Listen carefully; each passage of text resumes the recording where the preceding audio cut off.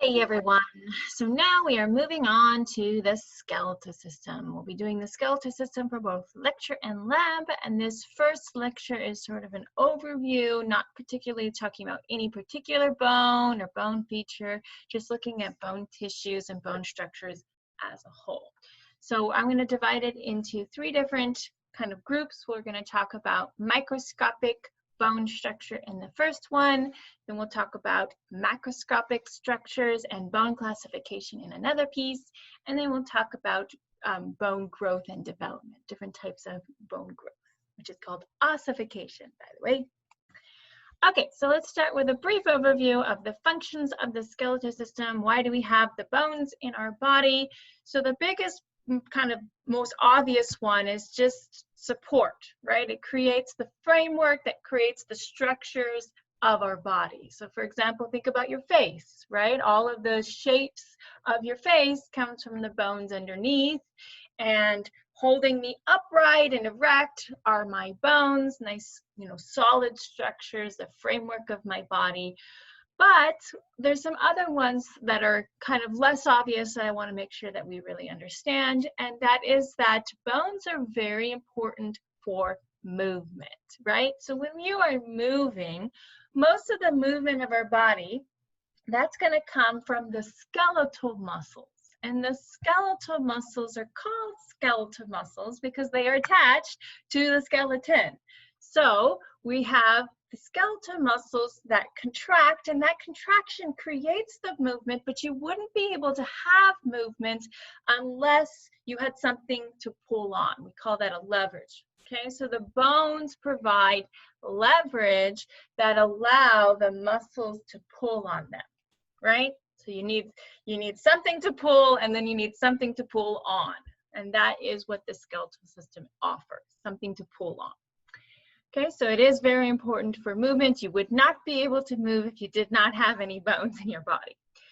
Another thing that I'd like to say right off the bat is inside of the bones, we have a special material that's called red bone marrow, and it's called that red bone marrow because it has a lot of blood cells in it. It has stem cells in there, and all of your blood cells come from this bone marrow, right? So you would think that, oh yes, blood is made in the blood, but no, it's not. It's made in the bones and then goes into the blood vessels. Okay, so red blood cells, white blood cells, platelets, those all are derived and made in the bone marrow, which is inside of the bones. And another thing that's very important that we're going to talk about more later is that the skeletal system is sort of like a bank for very important minerals, especially calcium. Right? So a lot of different functions in the body require calcium.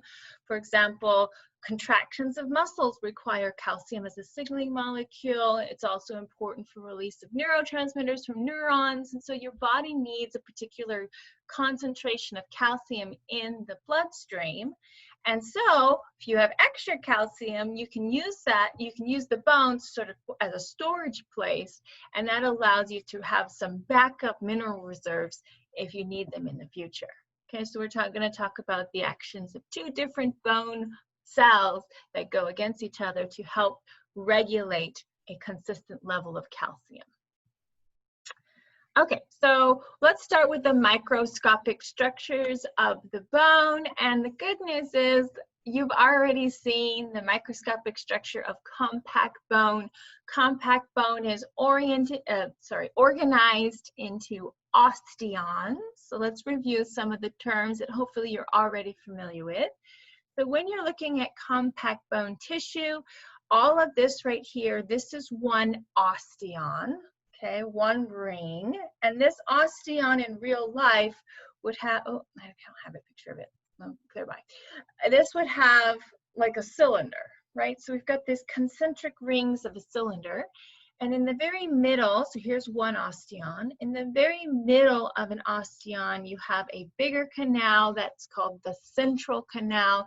And that's where you're going to find the blood vessels and the nerves running through it. Okay, so remember that bone is a living tissue. It's got cells in there and it needs its own blood supply. And it also has some nervous tissue running through as well. So some nerves going through also. Okay, so here is the central canal. And then coming off of the central canal, we've got these concentric layers. The layers are called lamella for one, or lamellae if you're talking about more than one ring, more than one layer. Okay, so there's lamellae around there. And then sandwiched between the lamellae are these little spaces. I think of them as sort of little caves in the bone tissue, and the caves themselves, the spaces, are going to be called lacuna. So lacuna if it's one, lacunae if it's more than one. And so lacuna, like lacuna matata, that is the space that contains the cells, and then the cells within those spaces are called osteocytes. Okay, so anytime you see os, that means bone, and site, that means cell. Okay, so if you haven't done so already, add those to your root and prefix list. Os means bone, site means cell. Okay? Okay, so there's our osteocytes, and they live inside of the spaces that are called lacuna, which actually translates to lake, because when you look at them under the microscope, they look like little black lakes. But they're more like caves in reality, you know, 3D.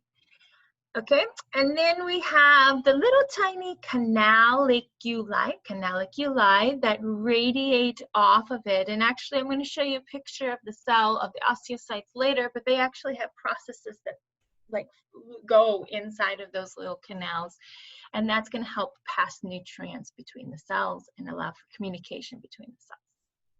Okay, so again, hopefully you already know all of this, and if not, make sure you learn it now, because you do need to know that. Okay, so let's go and talk about the cells. The one that we've already talked about are the osteocytes. The osteocytes are the mature cells that are found inside of the lacuna. Okay, so another one we need to talk about are osteoblasts. And blasts are cells that make something, that deposit something. And you've already seen it in the tissues when we talk about fibroblasts. Fibroblasts are cells that make fibers, right? So those are the ones that are going to make the collagen fibers. And so in this case, the osteoblasts, what they're going to do is they're going to secrete the organic matrix part of the cells, of the bone tissue. Okay, so their job is to lay down and make the bone matrix. And then as they're laying down to make the bone matrix, you're developing the tissues. And so once the osteoblasts are kind of trapped inside there, they're going to mature into what are called osteocytes. So the ones that are kind of free like this, those are the osteoblasts. And the ones that are trapped inside of their little lacuna, those are the osteocytes, and the osteocytes will be in already established bone tissue, and their job is just to maintain the matrix of the established bone tissue, the one that's already set in place. Okay, so osteoblasts make bone tissue. And then the next one is, last one would be the osteoclast, and clast actually translates to eaters. Okay, so osteo is bone, clast as in eaters, and what they do is they actually dissolve the inorganic bone matrix. Okay, so they secrete hydrochloric acid, and hydrochloric acid is a very strong acid, and that's going to leach out the calcium, and that is going to be then released into the bloodstream, and that helps maintain a particular level of calcium in the bones. Okay, and they're also involved in bone remodeling. Okay, so I'll come back to that in a second. So I forgot to show you some pictures. So I did want to show you a picture of an osteocyte. Here is an osteocyte. Those are the mature ones inside of the lacuna. And you see how they have the little processes there. The little processes would come out and go inside of the canaliculi. Okay, so those are the osteocytes. And this right here, this is a picture of a osteoclast, and they kind of run along the surface of the bone tissue and dissolve it as they go. Okay, so we have two opposing functions, right? We've got the osteoblasts that add the bone matrix on, and then we have the osteoclasts with a C that take it away. Okay, add with a B, take away with a C. Okay, so the osteoclast and the osteoblast, they were kind of opposing to each other in what a process is called bone remodeling. So we tend to think of your bones as just sort of there. They're just stationary, just like rocks sitting there. And the opposite is very much true. So remember that your bones, they are living tissues. They're constantly being replaced and remodeled, okay? So replacing that bone matrix is a continuous process. It's continuously dissolving parts and then rebuilding other parts, right? So your compact bone is going to be replaced every 10 years. Every 10 years, you got new compact bone, and your spongy bone, which we will talk about later, that's going to be replaced every 3 to 4 years. So this is a very continuous, dynamic process where you take away bones, and you add bone back in, and you're just constantly replenishing and replacing that bone tissue, right? So you got those osteoclasts running along, taking it away, and then the osteoblasts adding it back in. Okay, so I do have some cool video kind of diagramming showing all this, and so I'm going to put this in the supplementary resources at the end of the lectures. Okay, so let's talk about that bone matrix. So in that bone matrix, we've already talked about one part of it, the inorganic minerals, mostly calcium phosphate, so mostly calcium. So when you think about your doctors always talking about get calcium as you're growing up. That's because you need that calcium that's going to be incorporated into the bone tissue. And so when you think back to it, what characteristic do you think that the calcium, the inorganic minerals, would give to the bone tissue? It makes it hard. Okay, and I have something to show you here. So this right here, this is just a chicken bone, and I've been soaking this chicken bone in vinegar, which is an acid, for about 2 years now. Okay, so what do you think? What did it do to it? So when you put bone tissue in acid, in this case vinegar, what that does is it leaches out the calcium. So the calcium that's in the bone matrix of this bone here has been leached out. And so when I take away the calcium, what is that going to do to the characteristics of this bone? I've taken away the hardness. And that's why, whoa, that little top fell off. That's why it's so very flexible, right? So this is still bone, but it does not have the calcium matrix, and that makes it very soft and spongy. There's my spongy bone, okay? Not spongy bone, that's not what I meant to say. This is my normal bone that is now spongy, okay? And it lost its calcium, no calcium, and now it has a spongy texture. Okay, so that I just showing you that the purpose or the attribute that the inorganic materials give to it is it makes the bone hard. So when we think of a bone, we think of it as solid and rigid. That's because of the inorganic calcium in the matrix. Now, along with that, so along with the inorganic salts that make it hard like rock, we also have organic collagen. And that organic collagen, what that does is it allows the bone to have some flexibility. So if you have a bone that is a living tissue that's, fully functional, that is going to have a little bit of flexibility. Now, this is harder for us to imagine because usually the bones that we are familiar with are ones that have been cooked, right? So usually the bones are like a chicken bone or like a steak bone or whatever, those have been cooked. And when you cook it, those high heat temperatures, what you're doing is you're going to dehydrate it, pull the water out, and that actually damages the organic collagen. So if you damage the collagen, it gets more brittle, right? And that's why if you take a cooked chicken bone and it'll just pop and break apart and it'll shard up, right? Those hard shards. Okay, you've lost the collagen. So the calcium makes it hard and solid. The collagen gives it some flexibility. Okay, So that's going to be really important when you think about the fact that as we age, we lose more and more collagen, and so our bones will be more and more brittle and easy to break. Okay, so yeah, that brings me to this, right? So let's talk a little bit about various environmental and lifestyle factors that can affect bone density.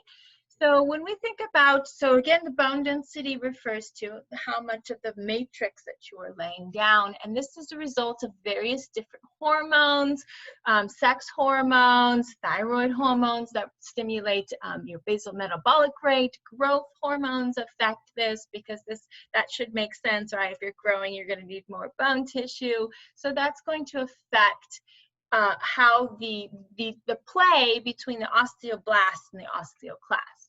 Also, various vitamins are involved in it, and especially ones like, for example, vitamin C. Vitamin C has been related to collagen production, and so if you have enough vitamin C, that means you'll be more readily able to make the collagen that'll help keep your bone nice and flexible.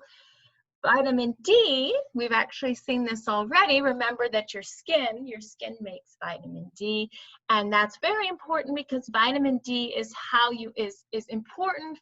necessary for absorption of the calcium into the bone matrix, right? So if you don't have the vitamin D, you're going to end up with rickets, right? And so rickets is a disorder that's caused by a lack of vitamin D. And because you don't have the calcium being deposited into the bones, it makes your bones much more soft, just like this one. Obviously not as extreme as this, but a similar kind of idea. You're lacking the calcium deposited into the bones, and so you're making it so that your bones are softer. They're not as hard, they're not as solid. And this is going to be especially seen in the long bones, because especially ones in the legs, and their job is to support and go against gravity. And so if you don't have that rigid structure, they're going to bow out like this, right? So you see the bowing of the legs here. That's because the bone tissue is too soft because of a lack of the vitamin D, which means that you're not getting enough calcium deposited into the bone matrix. So that's called rickets. And the other one I wanted to point out is, this brings us to me another disorder that I want to talk about, and that's osteoporosis. So notice here that estrogen, one of the functions of estrogen does a lot in the body, but one of the functions of estrogen is to stimulate the function of those osteoblasts. And those osteoblasts are then going to go in and deposit more of the bone matrix. So what happens during menopause is because you've run out of eggs and you're not going to be producing as much estrogen, and so you'll have a decline of estrogen after menopause. Okay, so how would that affect your bone density? It would decrease it, right? And so that's why osteoporosis is especially prevalent in women, and especially older women, postmenopausal women, because they don't have the estrogen levels, and that's going to decline it as well. There are also several other factors that can lead to an increased risk of osteoporosis. For example, exercise. As a living tissue that's constantly doing bone remodeling, as you exercise, the microforces, the gravity, the microforces you place on it, the kind of small little tensions that you place on your bones, those are going to make it react by increasing the amount of density. So if you have less and less exercise as we age, we tend to get kind of less mobile. That means that we'll have less, lower and lower density in our bones. Right? So really make sure that you fight that impulse to sit on your butt. Okay, get out there, get some weight-bearing exercise. Also things like lack of calcium in the diet. So a lot of cultures, they have dairy when they're younger. You hear a lot about like kids drinking milk, and then as we get older, we kind of stop drinking milk and stop taking as much calcium in our diet, and that could lead to an increase in osteoporosis as well. Vitamin C, that's really important for the collagen, because remember, the collagen, that's what helps it be flexible. So if you don't have the collagen, it'll be much more brittle, much easier to break, right? Okay, so osteoporosis is not like a one-size-fits-all problem. There's a lot of different factors that can lead to it. And so my biggest sort of PSA announcement now is, especially for women, you really want to stock up on the bone density while you're still young, right? So while you're still younger, it's really important you get exercise. You maybe want to take calcium supplements, or at least make sure that you have proper diet, and just get as much bone density in as possible, because once you hit that menopause, it's going to be much more difficult to maintain the bone density because of the lack of the estrogen. So do it now, do it now. Okay. Okay, so we also want to talk about how the cells survive, right? So as a living tissue with cells, and like all the other cells in the whole body, they need oxygen, they need nutrients, and that means they need a way to get it.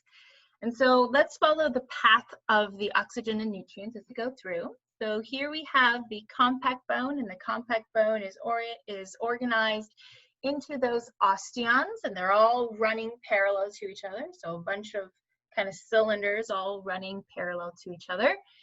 And inside of the osteon, that's where you're going to have your central canal. And remember, the central canal is where you have blood vessels running through, right? So you've got an artery, you got a vein, and you got a nerve as well. And so as the artery runs through it, that's going to pass off, that's going to pass off the oxygen into these little canals, right? So you've got these little canals running through all of that hard bone matrix, and inside of those canals you have your little osteocyte processes, and that's going to allow the nutrients and the oxygen to be passed through the canaliculi and spread outwards, as you know, away from the middle part here. So it'll go from the central canal in through those canaliculi, and that's going to connect all of those bone cells and allow them to share nutrients and communicate with each other. Okay, so now we'll go into macroscopic structure. I'm going to stop it and restart it for a new lecture piece.